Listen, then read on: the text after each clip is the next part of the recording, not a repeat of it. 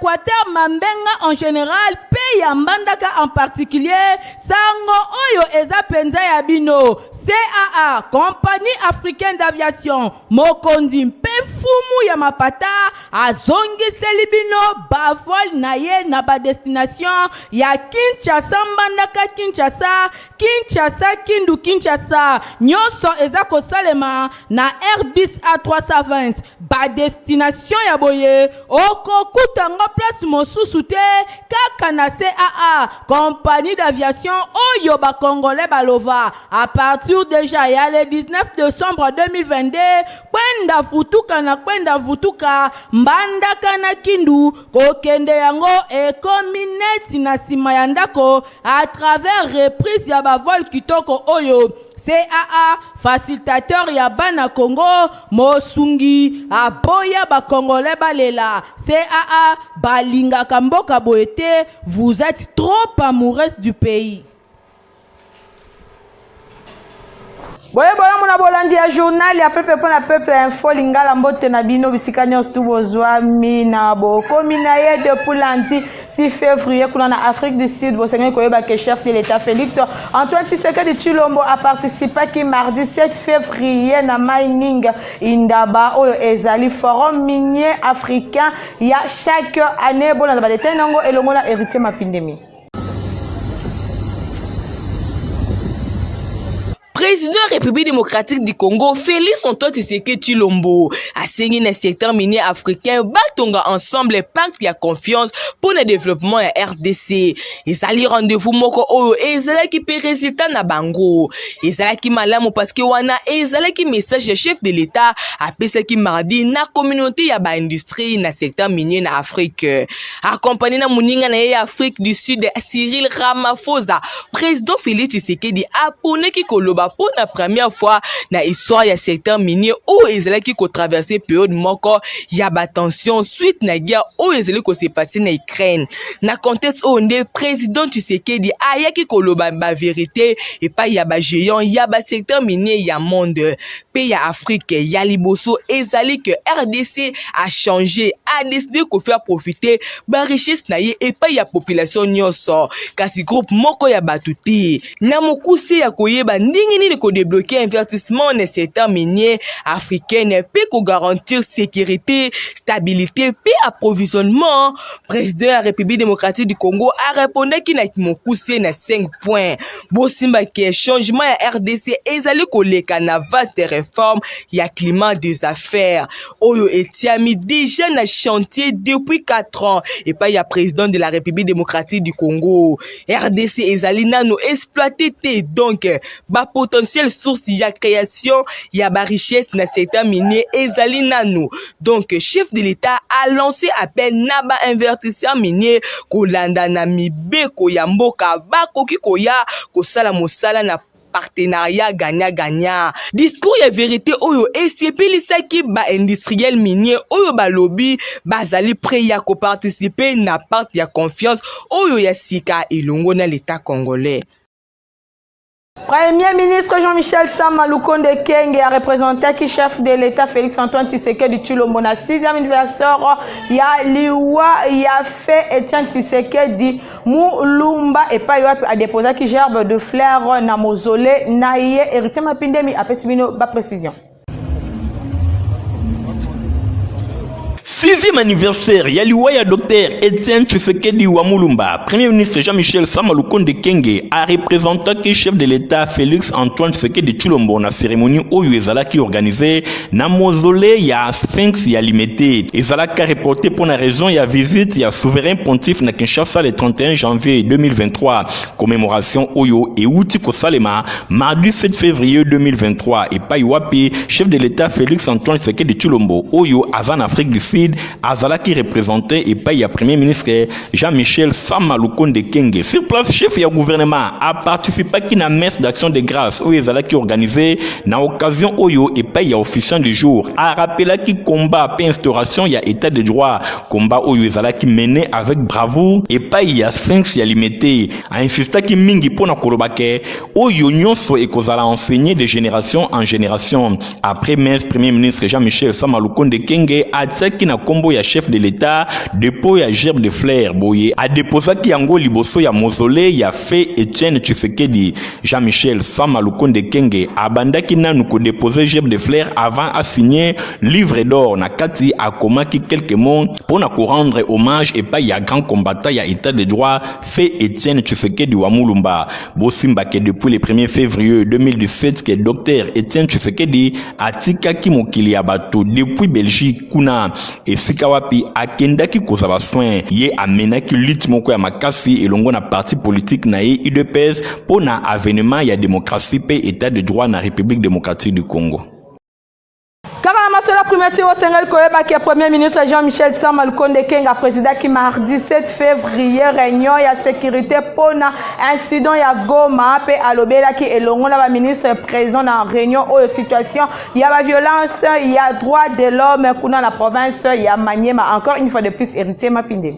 Préoccupé na situation où ezali koleka na province ya Maniema mingi penza baka ba violation ya ba droit de l'homme ezali caractérisé na ba acte ya ba torture publique ya bandeko basi pe bana na mboka Salamabila. Premier ministre Jean-Michel Sama Lukonde Kenge asangisaki autour na ye mardi 7 février na primature quelques membres ya gouvernement na ye mingi penza vice premier ministre intérieur, ministre ya ba droits humains, ministre ya défense nationale, ancien combattant, ministre ya santé pe quelques membres ya cabinet na ye. Selon ministre ya ba droits humains oyo asalaki compte rendu liboso ya presse alobi ezalaki question ya kopasser en revue situation oyo ezali kopesa pasi mingi ndenge nini vie ya basi pe ya bana ezali vraiment na insécurité na province ya Maniema esengeli kozaba solution oyo esengeli pambate opinion batalisi ke ministre ba droits humains oyo ayambaki mikolo eleki délégation moko ya makasi ya ba député nationaux pe ba sénateur ba député provinciaux pe ba notable mosusu ya province ya Maniema balobelaki kaka baka ya ba violation ya droit de l'homme oyo bosimba kenzoto ya mwasi ezali sacré esengeli te kosala na yango n'importe quoi boye ba acte ba torture pe ba violation ya droit de l'homme ya ba paisible citoyen oyo mingi penza ya bandeko basi ezali kosalema epai ya ba groupes armés oyo bazali identifié te na Salamabila na territoire ya Kabambare na province ya Maniema. Chef ya gouvernement azali kozwa situation oyo vraiment au sérieux pour na kozaba mesure oyo elongo bani boye kaka le même mardi 7 février na pokwa réunion moko ya sécurité esalemaki ba participaki ezali vice premier ministre oyo azali kotala makambo ya intérieur, ministre d'état ya budget, ministre d'état ya justice, ministre ya défense pe ministre ya communication Patrick Muyaya bamonaki pe ministre ya enseignement supérieur pe ministre ya affaires sociales, vice ministre ya affaires étrangères, vice ministre ya finance pe ba officier supérieur militaire pe policier longo na ba service ya sécurité ba participaki ezalaki mingi pe chef d'état-major ya FARDC, auditeur général ya FARDC, commissaire général adjoint ya police nationale congolaise, directeur ya DGM, administrateur général adjoint pe chef ya département ya ANER et longona quelques membres ya cabinet ya premier ministre. Selon ministre ya communication pe média Patrick Muyaya alobaki situation sécuritaire na province ya Nord Kivu et longona ba incident oyo esalemaki le 6 pe le 7 février na ville ya Goma balobelaki sécurisation ya population ya Ituri pe mission ya pacification na Maindombe précisément na Kwamut yango ezalaki nde na centre ya réunion principalement kaya Goma gouvernement asengi na population ayeba na kobatela kimia pe bapesa occasion te na ba infiltré oyo bazali koluka kosala mboka na biso mabe pona ba incident oyo esalemaki convoi ya MONUSCO. Ministre ya communication a informaki gouvernement central collaboration ya gouvernement provincial oyo bazali kosala makasi penza na chapitre ya situation sécuritaire na Ituri. Porte-parole ya gouvernement atalisi que premier ministre azali kopesa ba instruction oyo esengeli pour que police et longona armée ba continuer ko travailler afin que sécurité eye bana kozonga kuna na ngambo mosusu. Gouvernement atikali préoccupé particulièrement na situation humanitaire na ba entité nyonso selon Patrick Muyaya ba disposition ezali bongo envisagée. Délégation moko ya monene ya parti politique oyo babengi autre vision du Congo bazalaki présente na mausolée ya Dr Etienne Tshisekedi wa Mulumba boyeba ke président interfédéral ya AVC Kinshasa honorable Néron Mbungu azalaki représenté et pas ya adjoint naye. Encore une fois de plus ba détail longona héritier Mapinde.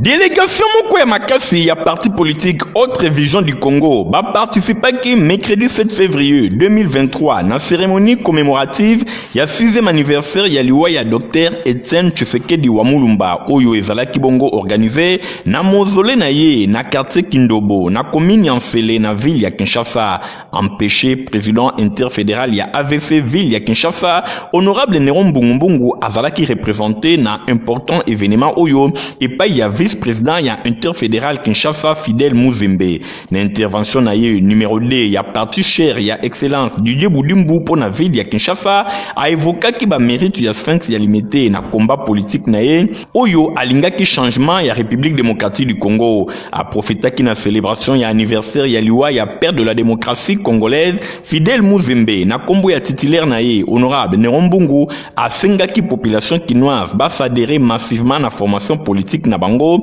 AVC oyo ezali parti allié ya Union pour la démocratie et le progrès social. Nangambo mosusu représentant ya honorable Néron Mbungu a saisi saki opportunité pour na kosenga ba membre pe ba sympathisants nyonso ya AVC Kinshasa ba continuer ko s'enrôler massivement pour que na élection générale na RDC ba yeba na kopesa Félix Antoine Tshisekedi Tshilombo deuxième mandat na magistrature suprême pe AVC ayeba na kozaba député nationaux pe provinciaux ebele na ba élection ezali koya bosimba que depuis le 1er février 2016 des opposants incorruptibles et régime dictatorial y a fait maréchal Mobutu à Koufaki na Bruxelles capitale ya Belgique. Boye message na honneur ya leader charismatique ya heureuse mémoire et l'obamaki na occasion ya commémorer 6e anniversaire ya liwa na ye. Ba autorité politico-administrative pe socio-culturelle pe religieuse et belé ba assistaki na cérémonie oyo.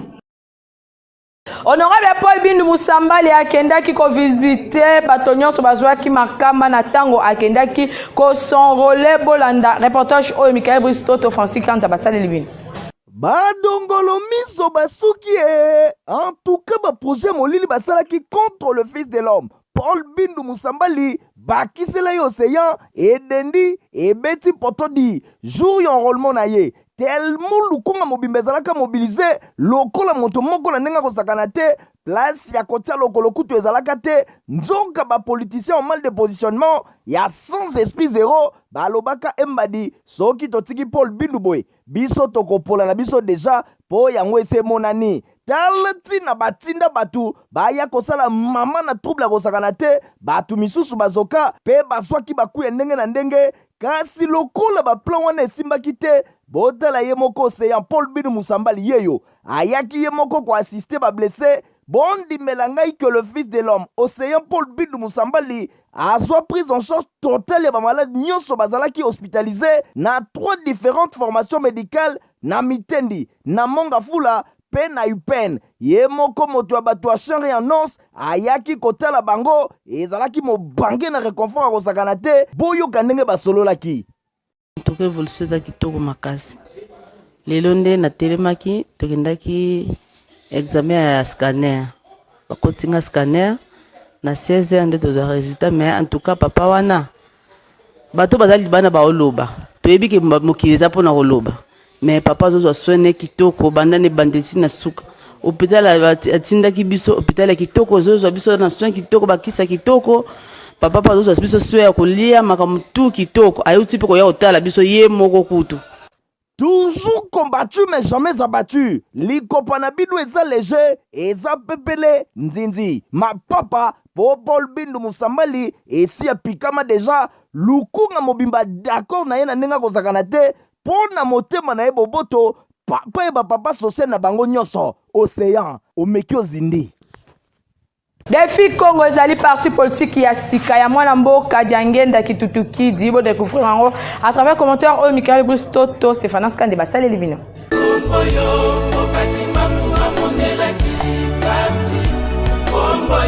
Qui a dit que ba prophétie ya Tata Simon Kimbangu na masolo ya politique kokokisama na Congo te di lelo tika to bisabino que biyano ekomi kasi otuni ngai ndenge nini yoka défi Congo eye parti ya sika ya bana mboka na République démocratique du Congo yoka défi Congo Congo ezalaki bon créé le 13 août 2022 na ville ya Kisangani. Parti ba congolais oyo eye ko répondre na aspiration ba congomani. Kasi lelo sango malamu eye parti politique de fi Congo eye na ba diverses solutions na makambo ebele oyo etungisaka bino ya mwana mboka Diangenda Kututukidi Martorel, petit-fils ya prophète Simon Kimbangu, fils biologique cadet ya papa Diangenda. Défi Congo boye bakezali parti panafricaniste bavandisi na ndenge ya kolenda idéologie veut dire induse ya parti na bango na pouvoir théocratique. Boye moko papa Diangenda Kututukidi Martorel akozala si simple instrument to mosali ya pamba po Défi Congo eza bongo accomplissement ya ba prophétie oyo epesamaka 100 ans eleki epo ya tata Simon Kimbangu. Vision na ye bosimba keza ya korefonder Congo na nouveau système ya gouvernance uta bomona ya papa Diangenda Kututukidi Martorel atikala soko mokete kozwa kimia mpona komedite pe kokanisa na bozindo na oyo etali misère to pe pasi ya moto moindo to l'homme noir. Yo nangai tolinga congolais koleka Congo pamba te na tango tozongisi congolais na esika na ye tomitesi valeur yo nanga esengeli koyeba ke Défi Congo ezali installé na ba grande ville nyonso pe na ba province nyonso ya minene ya République démocratique du Congo. Secrétariat général na bango ezwami bongo na avenue Bolafa numéro 58 quartier Diangenda na commune ya Ngiringiri. Défi Congo boyeba ke ezali parti ya unité po eyende kosangisa ba congolais nyonso awa tribalisme kutu bosana. Eric Massamba moko ba cadre ya parti a communiqué dans où était la signification ya lettre K. Le Congo, je crois que dans notre alphabet africain, il n'y a pas spécialement de C. Je ne vois pas jusque-là, là où il y a un C. Que dans notre langue, quand on dit RDC, le C c'est un C dans l'alphabet européen. Comme on aurait pu le dire RDK, République démocratique du Congo, avec le K qui est le K africain. Bon kende noki na siège à parti de Défi Congo bozwa ba fiche d'adhésion na bino bo kota kota na kati ya parti. Rendez-vous le 23 décembre 2023. Na cadre ya 30 ya société ya aviation CAO ezali composé na 99% ya ba congolais info lingala lelo emeki ko présenter les bino ba cadre pe ba directeur oyo baza ko constituer compagnie africaine d'aviation CAA bolandango bango na micro ya Micho Olenga Kunga. Tozali ko continuer dossier na biso na oyo etali bongo 30 ans ya existence ya compagnie africaine d'aviation na service ya RDC pe ya peuple congolais. Et senge boyeba ke société oyo et botami depuis 1991 pe le 5 février 1992 de bango bazwa ki bongo licence ya exploitation na oyo bongo ba vol commercial pe vol ya liboso et salema ki bongo le 26 décembre 1992 le loto les Sabino moko ya ba oyo ba banda musala na groupe Blattner avant même création ya CAA azota les sabiso importance ya informatique na croissance ya société oyo. Merci mingi na bandi na groupe Blattner depuis 1988 ba engagé ngai comme informaticien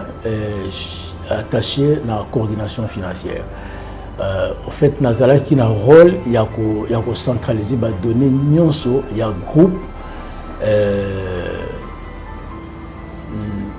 données financières, consolider et puis distribuer dans ba konzi. Après, nous avons département informatique, na sangani na baninga, tosali na Cobra, tosali na Kobega, tosali na ba groupe nyonso ya patron. Et loko ezalaki ya moto ya pa na biso c'est que ya kokutana na patron oyo asepelaki mingi na informatique alingi ba ordinateur alingi musala ya kolanda ba information oyo tozo produire pour la gestion ya compagnie. Et salisi biso mingi na kozwa litomba ya musala tozo sala na boyebi ya kolanda makambo ya sika oyo ezoko ya na évolution ya informatique wana tosepeli na mingi ti sikoyo tozokontinue kosepela nango pasi ezalaki kaka tokokutana parfois na mikakatano na bisika oyo fo tosala makoki ya bato oyo fo basengeli basala mosala bakozala te tozalaki par moment ya kozwa bato oyo bayebi kuta ordinateur te ya kointeresse bango bayeba kozwa kosepela na informatique pour que basalisa biso ntango biso tozali te baza à distance lokola na bescale koyeba kosala ordinateur et puis koyeba kosala kobomba badonné et tout ça eloko esepelisi biso yango wana ke ntango tozokutana na bato oyo ifo basala na biso bazalaki na esengo ya kosala na biso mais kakatelo mosusu elaki tel que tokokutana na bato oyo balingi koyeba te informatique azokosala nini informatique ezosala nini mais ntango baye komona facilité ya makambo oyo ezobima na ordinateur bato ebele lelo bakomi kosepela na mosala biso ezosala na compagnie bino moko boyoki 30 ans ya expérience expertise evandi na service ya aviation pe qualité ya service ezali incomparable CAA azali kosala bongo esengo ya RDC pe azali toujours kovaloriser ba congolais na secteur ya aviation en tout cas lelo toza na fierté pour lelo CAA azali ko travailler na bana mboka pour ezali société ya mboka. Agence Eric au travers ya mwana mboka Eric Mwamba bazali kosunga ba congolais pour na ba démarche na o etali bongo Schengen et pas bazobe tango dada Nathalie Kaila Kape. Tango yango oyo mwana kin ozana posa kokende partout na ba pays nyonso ya Schengen na yebisabino l'homme ambassadeur ya développement mwana mboka Eric Mwamba aza kosunga yo na ba démarche na yo awa prix ekiti ADG Eric Mwamba elongo na agence Eric balobi na $1000 ya pamba ozwi visa Schengen oya epi sa confiance ya sur agence Eric Travel droit ngara binde na pesaki tunanga nini mwana mboka Eric Mwamba alobi bonne année na Noël na yo yango oyo baki bien famille d'accueil eza mobimba na Belgique eza mobimba na France eza mobimba na Italie na Schengen mobimba avec $1000 au PC biso confiance yo ko tambo lokola rabi noto ekomi une réalité Bambo sanate yo oza pe na pose kokende na Turquie, Dubaï, Afrique du Sud, Chypre, oza na pose ya visa Schengen, États-Unis, kokende na yo musika te, agence Eric ezawana, eratakate, sur, prise en charge na yo pe eza rassuré. Agence Eric Travel ezwami bongo na 11e rue Limete, mosika te na INPP, yo oza na Tchangu, Boulevard Lumumba, côté ya Masina, soki olingi okota na entrée Kimbuta. Bana ya funa na diagonale ya commissariat la police côté ya Rekingabwa. Ebongo yo na Lukunga, kende kaka na Kitambo magasin pene ya Facebook. Agence Eric Travel, ezome mabino likolo, bokomela pema. J'ai pris le maco, j'en ai fait cadeau, j'en ai bientôt. Naso bosimba ke pona oyo etali championnat ya lina foot boye ba ke ba nouvelle za penza malamu te pona poursuite ya 27e édition ya championnat lina foot azolo ba ke bazana ba moyen te bona ba détail elongo na héritier Mapindem. Commission de gestion ya Ligue nationale de football a annoncé incapacité naye ya ko poursuivre le championnat ba raison ezali bongo mibale ba raison ya makasi ya liboso ezali difficulté sur le plan financier boye bato ba koki ko voyager te ba équipe bazana possibilité mingi te et puis Ligue nationale ya football azana ba moyen te na ngambo mosusu ezali bongo indisponibilité ya ba stade pona ko betisa ba match naye wane sengeli to retenir na entretien oyo esalemaki entre entre ba président et ba club et longo na comité de gestion ya Ligue nationale ya football. Likambo oyo ezali kopesa passe mingi pambate 27e édition ya Ligue nationale de football ina foot na mokuse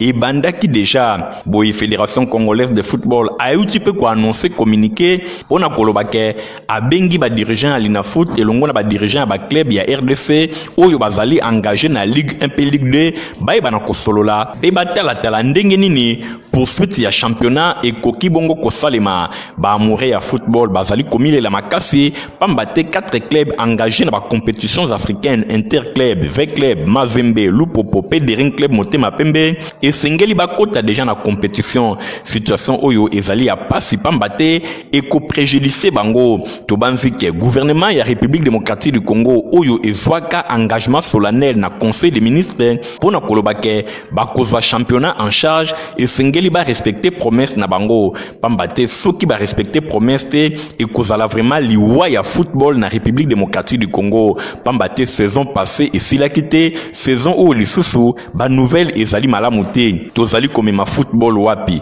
soki tolingi Léopard abeta malamu na CAN topé na CHAN topé na éliminatoire ya Coupe du Monde et sengeli championnat ezala malamu tango championnat ezali malamu te ça ne sert à rien ko baby sambongo pona ko benga ba professionnel ba ya ko beta ko luka qualification ya Léopard alors que na niveau local et loko mokote. Protiva pezali potopoto ya kitoko équipé H2 za mukolo to mona bino nyonso bosengeli komela yango Stéphanas Kande Nathalie Kaila Kapenda. Yena zoko ya bien.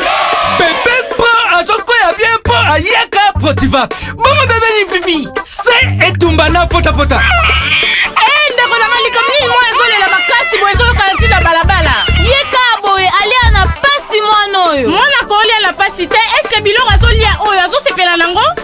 Bébé pro ye aliaka kaka Protiva bandiku naza kupesa bino Jean-Pierre ya mwana oyo bébé pro banda kuma kuria aliaka kaka Protiva butala ekole linai Protiva kitoko na miso elengi na munoko misala na nzitu ya bana pona société ya santé ya bana esengeli baliaka potopoto Protiva tala lelo yo bébé pro akoli malamu po aliaka potopoto Protiva bina kuna chimagate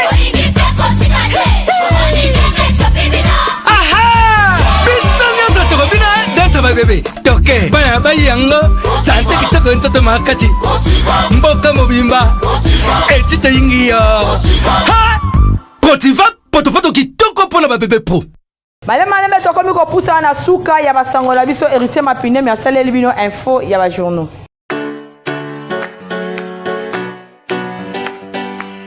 Mbote pe boye bolamu na info ya ba journaux to fongoli yango na quotidien La Prospérité concert à Lobby le 1er février 2017 1er février 2023 6 ans jour pour jour depuis 5 ya limité Dr Etienne Tshisekedi atika kimokili natina wana 6 ans après Sama Lukonde à rendre hommage et paye à Dr Etienne Tshisekedi na kombo ya chef de l'État concert à Lobby cérémonie où esalemaki na mausolée na ye ezwami na Kindobo na commune Ansele et paye wapi chef ya gouvernement ya ba warrior Jean-Michel Sama Lukonde Kenge a représentant qui chef de l'État Félix Antoine Tshisekedi Tshilombo na ko déposaka gerbe de fleurs na ngambo mososo journal l'objectif alobi moi a calmé et zongi na ville ya Goma après matinée moko agité mokolo ya mardi et pa wapi ba mobulu ya ndenge na ndenge et salemaki ba élément ya police nationale congolaise bazali kolongola malembe ba barricade nyonso etamaki et pa ya ba manifestants tension oyo ezalaki na ville montagnarde ya Goma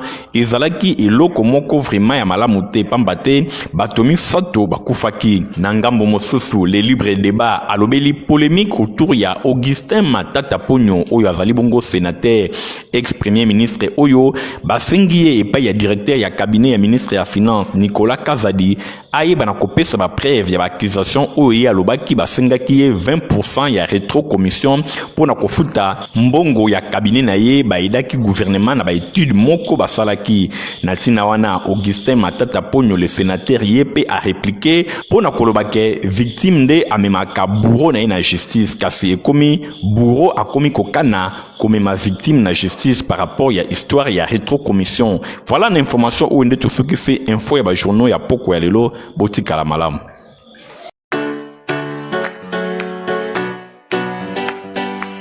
Tout bozana communiqué écologique ah bolanda lecture nango.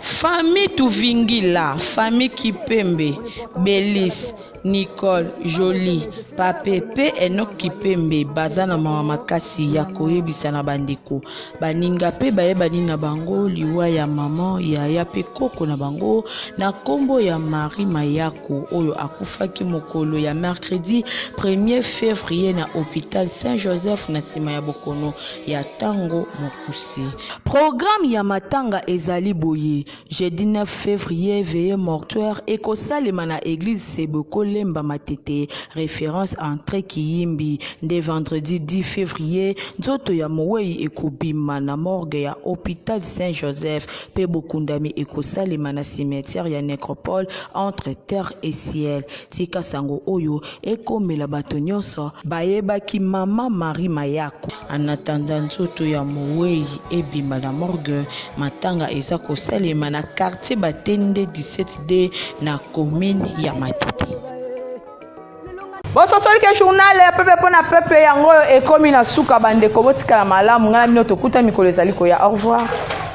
Eye lisusu bana Équateur Mambenga en général pe ya mbandaka en particulier sango oyo eza penza ya bino CAA Compagnie Africaine d'Aviation mokonzi mpe fumu ya mapata azongiseli bino bavol na ye na ba destination ya Kinshasa mbandaka Kinshasa Kindu Kinshasa nyonso eza kosalema na Airbus A320 ba destination ya boye okokutango place mosusu te kaka na CAA Compagnie d'Aviation oyo ba Congolais balova à partir déjà ya le 19 décembre 2022 kwenda vutuka mbandaka na Kindu kokende yango ekomi neti na sima ya ndako à travers reprise ya bavol kitoko oyo CAA facilitateur ya bana Congo mosungi aboya ba Congolais balela CAA balingaka mboka boete vous êtes trop amoureuse du pays.